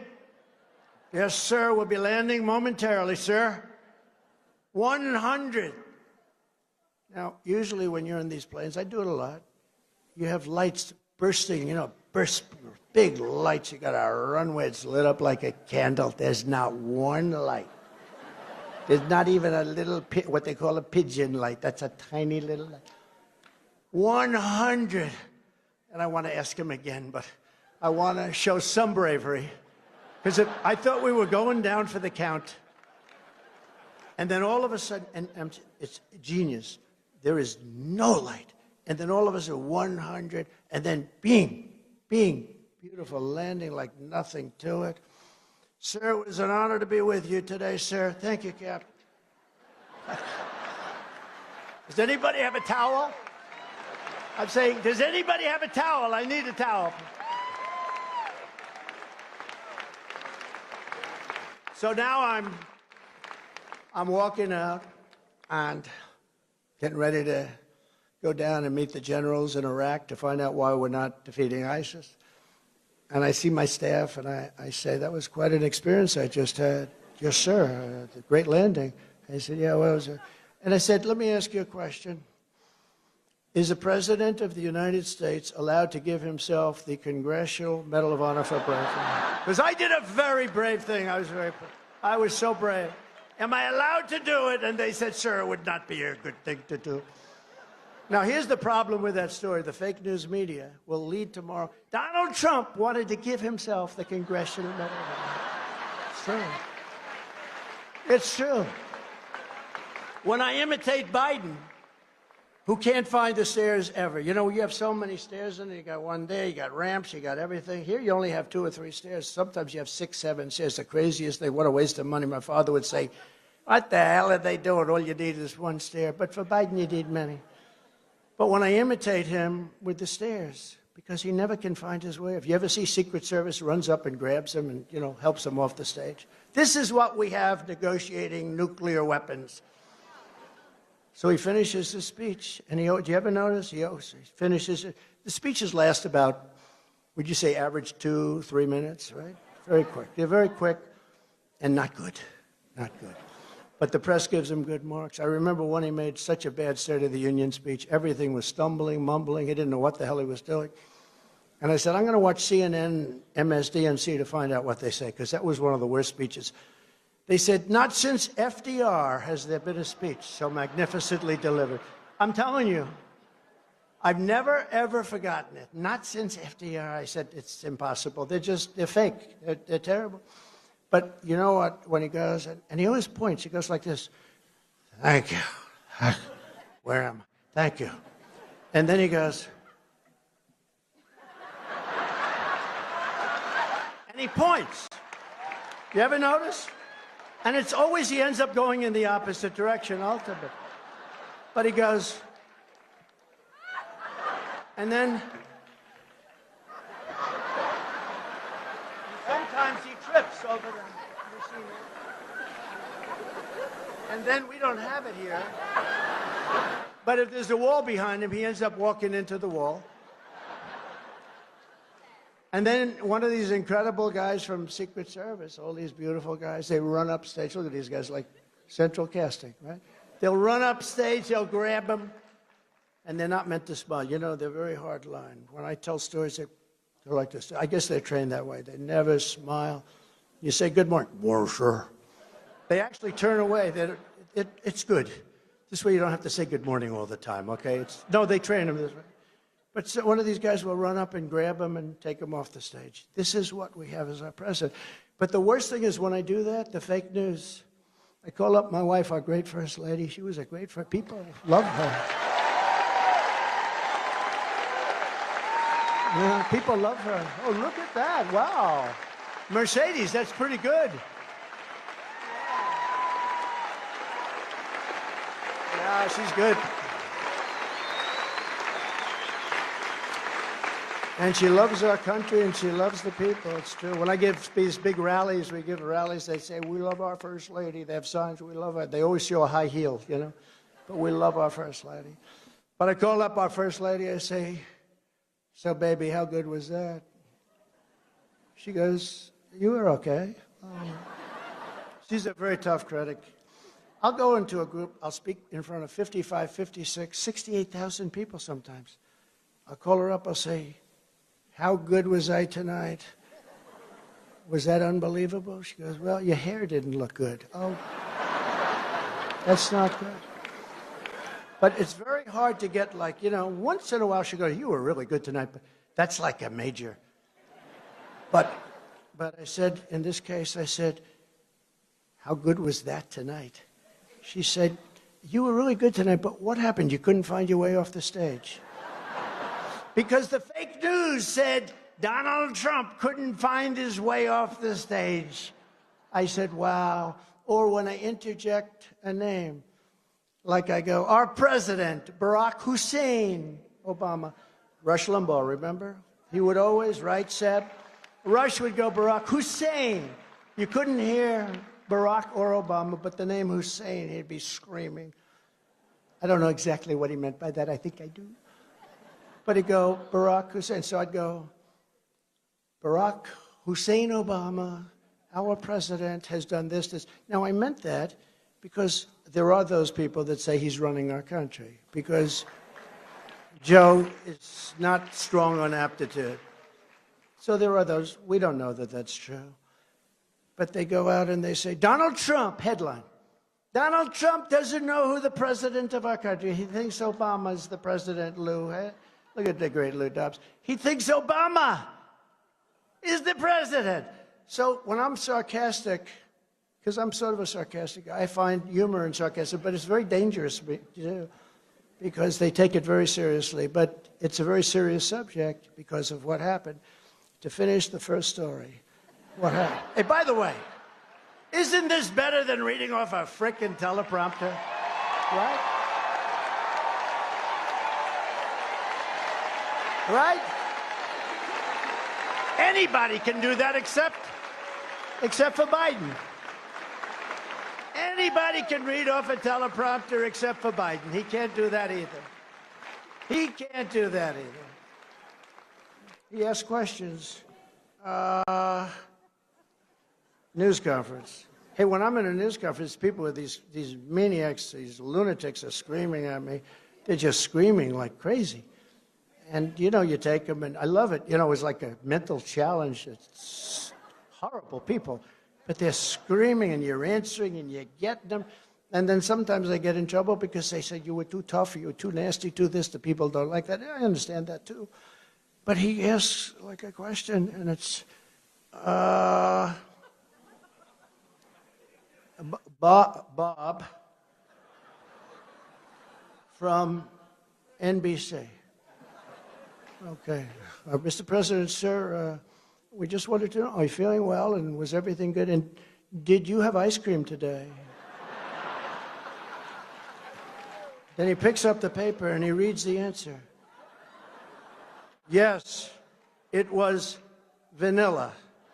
No, but think, they ask him questions and they give him an answer. That never happened to me, right? I walk out there and it's like a free-for-all. But it's a sad thing. Okay, so now I go off and watch. You know this is all genius, okay? You do know. I hope you know that. I always say my uncle was the longest-serving professor in the history of MIT, Dr. John Trump. We have a lot of great aptitude. They'll say, he rambled. Nobody can ramble like this. Nobody. If they did, they wouldn't even try. You know what? They go step by step, and they would never get off that sucker. They go step by step. But what happens, and it's very interesting, we get on the plane, we get off now, where I've just learned that I should not give myself the Congressional Medal of Honor. My people are saying, can you believe he asked that question? But we get off the plane, and I'm walking down, I'm going down this big ramp. I took the high stair, you know, I don't like the children. We call it the children's. I never had a problem with it, but I'm walking down, and I'm looking down, and I see these central casting people. A general, another general, a colonel, a staff sergeant, could be in any movie. These guys, it's like perfect. They're like perfect individuals. If I were casting a movie on the military, I would pick these guys. There's nobody you could hire in Hollywood that looks like this. So I walked down, and this is where I met General Raisin Cain. And what's your name? General, what's your name? And he gave me his name. What's your name, Sergeant? Yes, sir, and I love you, sir. I think you're great, sir. I'll kill for you, sir. Then he puts on a Make America Great Again hat. You're not allowed to do that, but they did it. I remember I went into the hangar, and there were hundreds of troops. And they're not supposed to do this, but they all put on the Make America Great Again hat. Right? Not supposed to do it. I said, you're not supposed to do that. You know that. They said, it's okay, sir. We don't care. We don't care. And I met these people, and I said, so what do you think, General, sir? Would you like to rest up? See, this is before Biden. See, if I had Biden, I'd say, I'm not Biden. But we didn't know how bad he would be because we hadn't been tested yet. Sir, I said, he said, would you like to rest up for a little while, then we'll have a meeting. We're all set. And this place is like all bunkers. There's no windows, no nothing. It's all bunkers, real stark, but beautiful in a certain way. Billions and billions of dollars it cost many years ago. And I said, no, I'm okay, General. Let's get the business. He was probably surprised. So we started. I say, so General Mattis and all these guys that tell me back in Washington that it'll take 4 or 5 years to defeat us. I says, why? Sir, it's not true, sir. It's not true. I said, what's not true? We can do it very quickly. How quickly? 4 weeks, sir. Wait a minute. I was told 4 years, and you might not be able to. Sir, we can have it done in 4 weeks. Why? How? What were they doing? Sir, it's our job as a soldier. When they come in from Washington, they're a higher rank. We respect them. We have to respect them. That's our job. I understood exactly what he was saying. He said, sir, when they come in, they tell us what to do, and we do it. I say, don't you question what this? No, sir, we don't question. They came in, they had a plan, and we said we'd do that plan. What was wrong with the plan? We attacked from way far away, sir, and only one place. It happened to be here. We're hundreds of miles away. By the time the planes got there, they practically had to go back and refuel. I said, what would you do, General? You don't mind if I tell you, sir, do you? He said, I don't mind. I'm waiting to hear.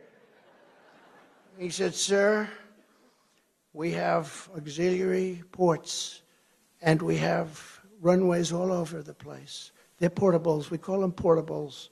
We put them up faster. We take them down even faster. And they're damn good, sir. What I'd do is I'd hit him from 9 different locations. I'd hit him from the left. Now he's getting excited. I'd hit him from the right. I'd hit him from up top. I'd go right the hell under the damn ground. I almost used the bad word. I would have been in trouble. I would have been in trouble with the religious right, but they love me, so I don't care. I would have been a bit. Please don't do that, sir. I would have been just so proud of myself I was able to stop. But I'd hit him from the left, I'd hit him from the right, I'd hit him from east and west and north and south, sir. They would be over very quickly. I said, well, why didn't they do it before? Because, sir, some of the ports and some of these runways are located in countries where they didn't want to be politically incorrect and use a runway and attack the enemy. And they're savages, sir. Attack them from certain points. I said, so you'd attack them and you'd hit them hard, right? Yes, sir, I'd hit them so hard. And I said, and it would take you 4 weeks, maybe more, maybe less, sir. So I said, you gotta be kidding.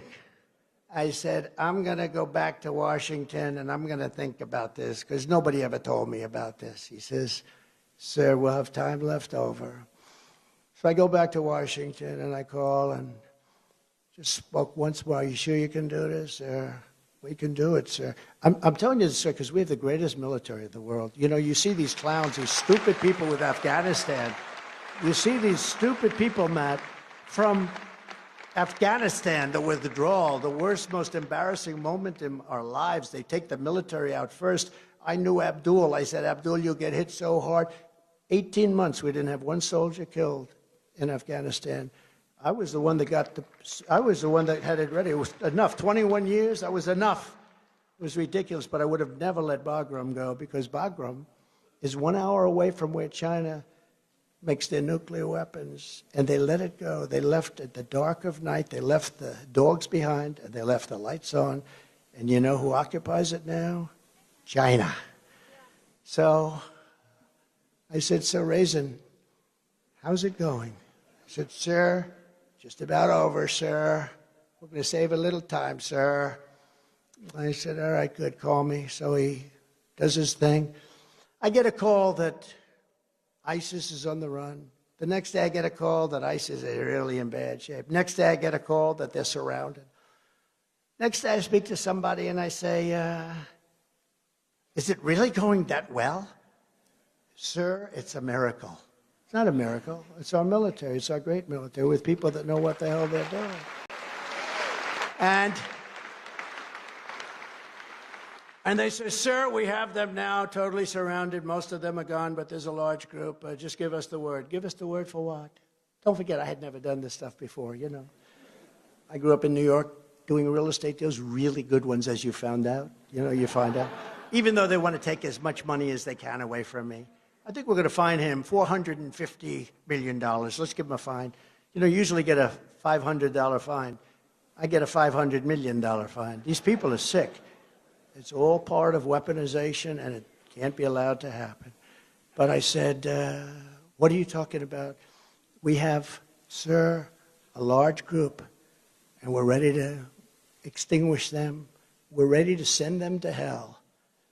I said, we're talking about human beings, General. You know, naively. He's laughing. We're talking about human beings. No, they're not human. Sir, these are animals. These aren't human beings. These are animals. I said, well, maybe if you fly over them with those incredible, thunderous planes, the greatest planes in the world, maybe you'll shake them up a little bit and they'll surrender, sir. They don't know what a white flag is. I remember that statement. They don't know about surrendering, sir. They're horrible, horrible people, but they are brave. They're not going to be surrendering. Well, let's try it. 2 days. Fly over them back and forth, low as hell. Well, we got a couple of bullet holes in our planes, but we'll do it if you want. Just give it a shot. Get a call back 2 days later. Sir, they're not going to surrender. We've been doing it now for 2 days, back and forth, back and forth. Just give me the order, sir. I said, you got the order. Thank you, sir. A day later, I get a call. We have defeated 100% of ISIS. Isn't that a great story? Isn't that a great story? Right, Mike? 100% of ISIS.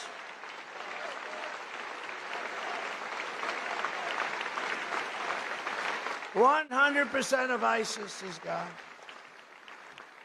So, you know, doing stories like that, probably, Matt, probably I won't get the best speaker this year because I went off this stupid teleprompter, but maybe we will.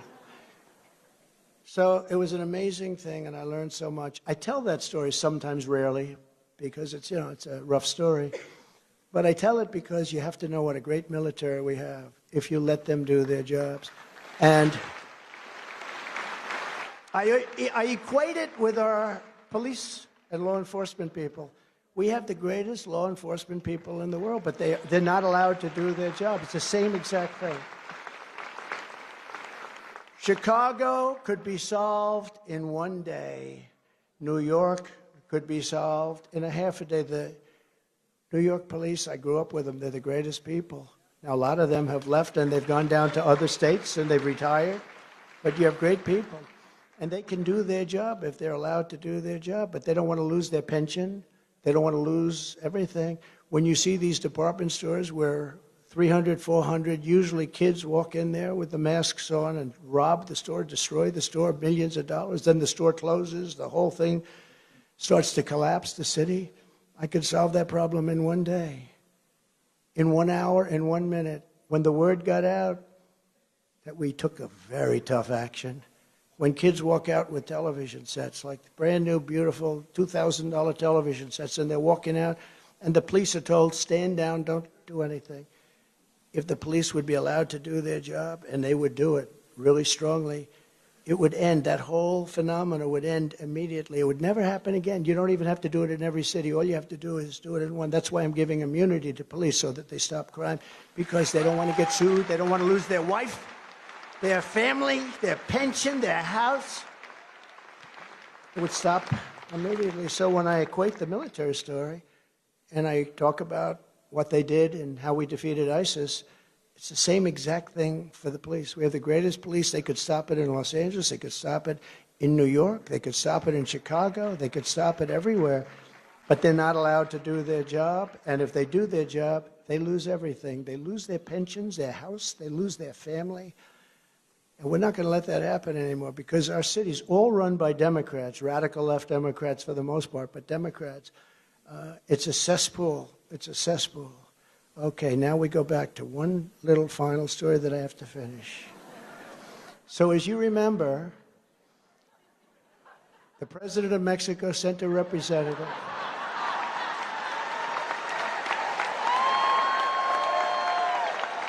Lou.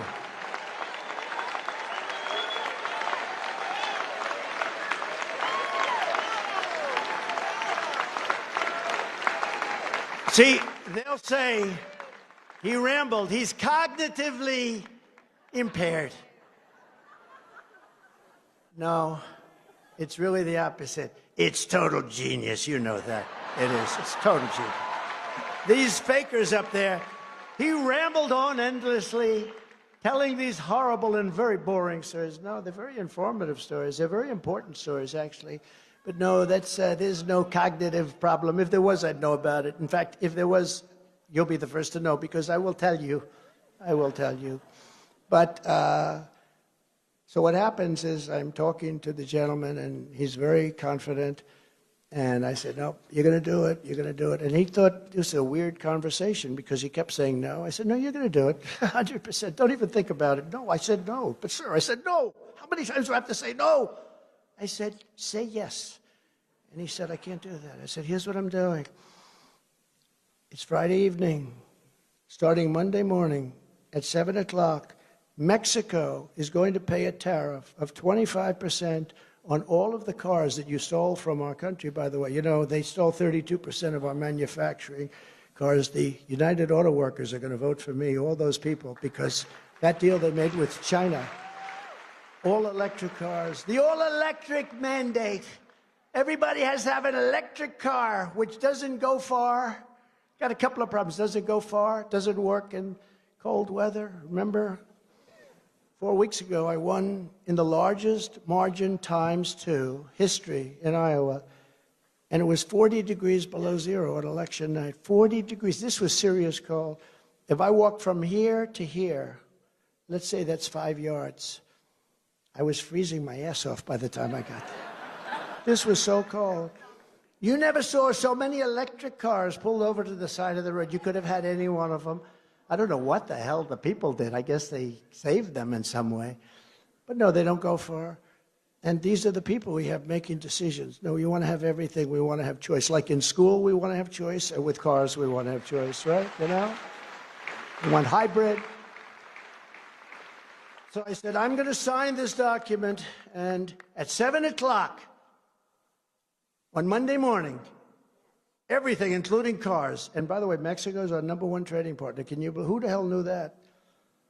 Can you imagine? Mexico is our biggest trading partner. And you know why? Because I put so many tariffs on China that they really had to pull back. And we saved a lot of businesses. We saved the steel industry because of it. But Mexico is our biggest trading partner. I said, you're going to pay 25% tax or tariff, call it whatever you want. It's similar, but not actually. And you're going to pay it on every single thing that comes in from Mexico into the United States. And like every other country, they rip us off big, big. We don't have any good deals. I changed the South Korea deal. I changed the Japan deal. I could sit down and do nothing but change deals. I said, who the hell negotiated for the United States? And then you wonder why we have a $2 trillion deficit. Now, if you look at it now, it's gotten to a level that nobody can even believe. It's so bad under Biden. But I said, that's what's going to happen.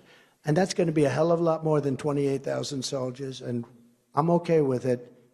But I'm ready to sign it. You just tell me when to sign it. Sir, may I... Now he's doing this. He was a very confident man just moments before. Now he's grabbing his collar, he's pulling, he can't breathe. Sir, may I call our president, please? Absolutely. Please give him my warmest regards.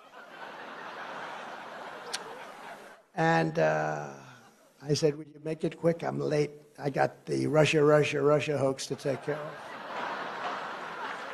Sure.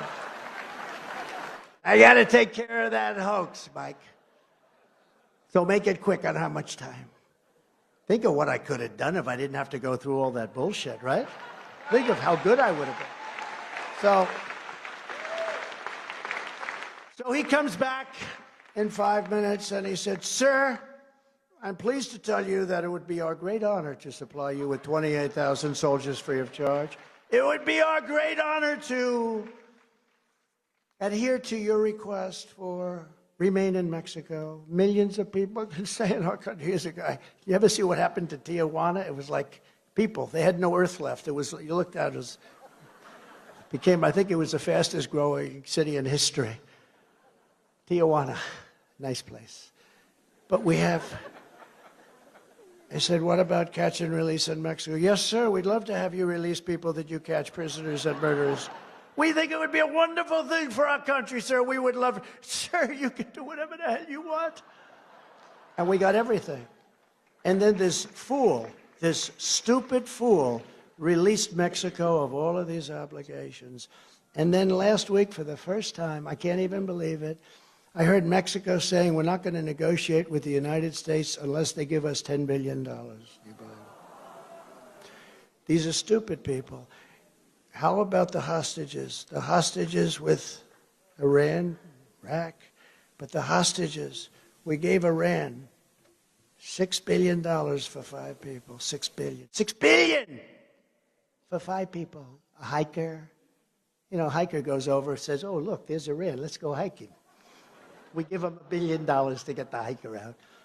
We gave them $6 billion, and then we gave $10 billion because they supplied some electricity to Iraq. What the hell do we care if they supply it to Iraq? Iraq. Should have never, remember I used to say a long time ago, don't go into Iraq. Don't do it.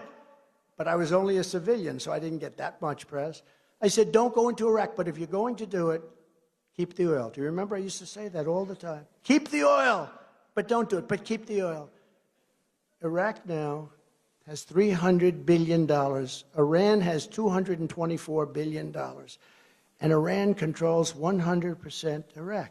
So for years they'd fight each other, and they were the same. For years and years, under different names. But religious thing. But they would fight each other for years, and they were the two powers. And they were checkmating each other. So they'd fight and fight and fight 4 or 5 years. They'd throw a little gas. They'd throw another one, we'd throw a little, and then all of a sudden they'd say, shit.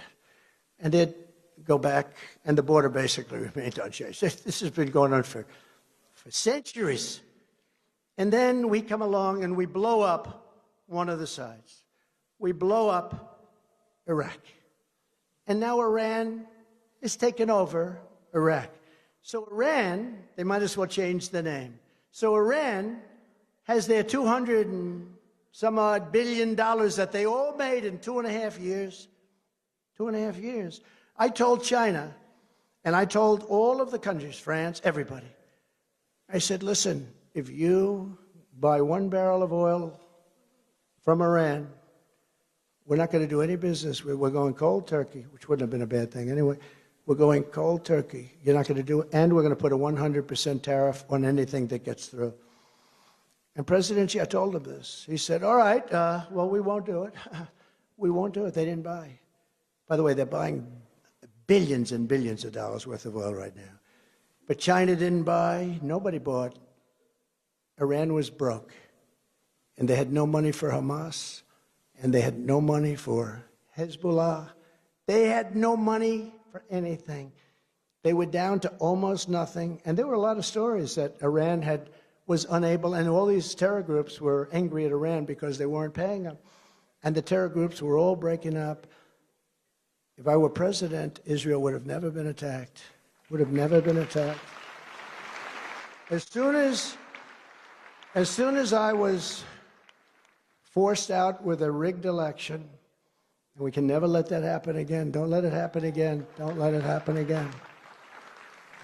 As soon as I was forced out with this rigged election, Biden took the sanctions off. Iran went back to levels that they've never seen before, more than they've ever done. And now they're rich as hell. They're selling oil to everybody. They're making so much money they don't know what to do. They're a very rich nation. With me, they were broke. They were broke. I remember a Democrat congressman on Deface the Nation a couple of weeks. I think it was Deface the Nation. Ladies and gentlemen, it's Donald Trump on Deface the Nation. It is Deface the Nation because the news is so fake. But he was saying that, well, whether you like Trump or not, he did break Iran. They were broke. They had no money. I said, that's nice of him. He probably, lost his chairmanship or whatever he was. But we did a great job. We did a great job. So what happened is Mexico agreed to all of these things. We took the money out of the military. We built the wall.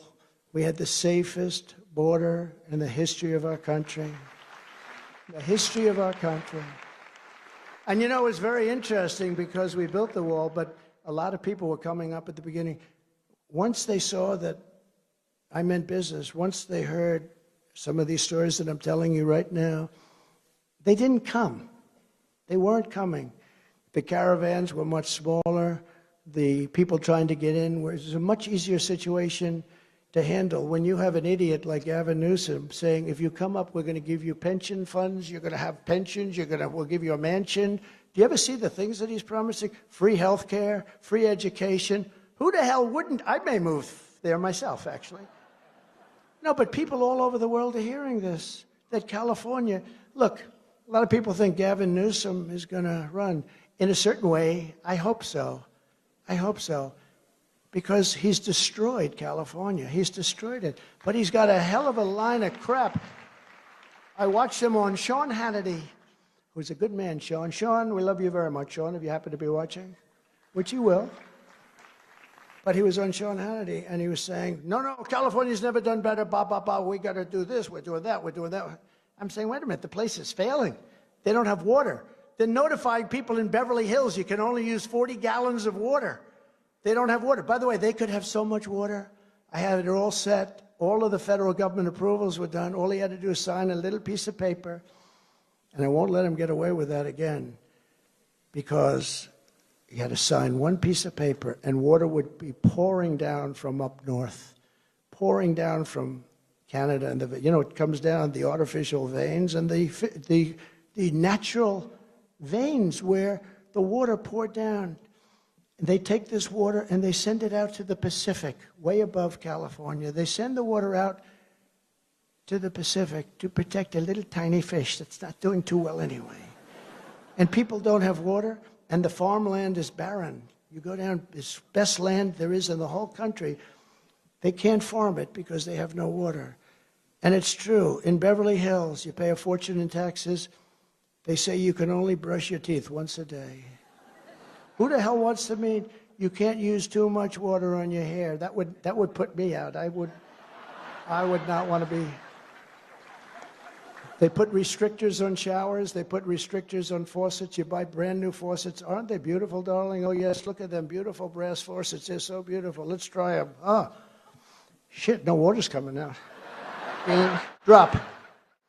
It drops out. You turn on the shower. I'm going to take a shower tonight. My hair's going to look better than it ever looked. I get that whole deal ready. I'm all set to go. Turn on the shower. Ding. Ding. No. And they have so much water. I said to some of our great congressmen that asked me to help them with the problem up in that area, up north in California, I said, I see you have a drought. They said, no, we don't have a drought. We have so much water, you don't know what to do. But they send it out to the Pacific. We're not going to let them get away with that any longer. It's ridiculous. It's ridiculous. And frankly, I believe, I gave a speech up there. We had like 100,000 people show up. I said, what the hell is going on over here? I always hear Republicans can't win. California, you can't win. I will tell you, if God came down and God was the vote checker, I believe we would win California. I think it's so crazy. They send out 36 million ballots. Get sent out to people unknown. They're sent out all over the place. How many people from California know people that got 6, 7, 8 ballots, okay? Our elections are so corrupt. I think we'd do very well. I think I would do very well in California, actually. And I think I would do well in a lot of places because it's common sense. Remember, not conservative. It's common sense. I'm conservative. But the words are common sense. Our country is run by people that are destroying it. We're not going to let it happen again. We're going to have a great military. We're going to have a great, everything in our country is going to function properly again. It's going to function well. We're going to be respected all over the world. We're going to be respected like we've never been respected before. And it won't take long. It's like Orban said from Hungary, put Trump back in and the whole world is going to be fixed. He said that very strongly, put Trump back in. What do you do? They said, what do you do, sir? What do you do? The world is blowing up. He said it's a very simple solution. Put President Trump back in office. It will all be healed very, very quickly. So I want to apologize for literally not repeating this beautiful speech. But I thought some of these stories are instructive because they tell you our military is great. They tell you our law enforcement is great. They tell you our president is incompetent. They tell you a lot of things, some of which you knew and some of which you didn't know. So now I'm going to the place I'm supposed to be. I'm going to South Carolina. I'm supposed to be there.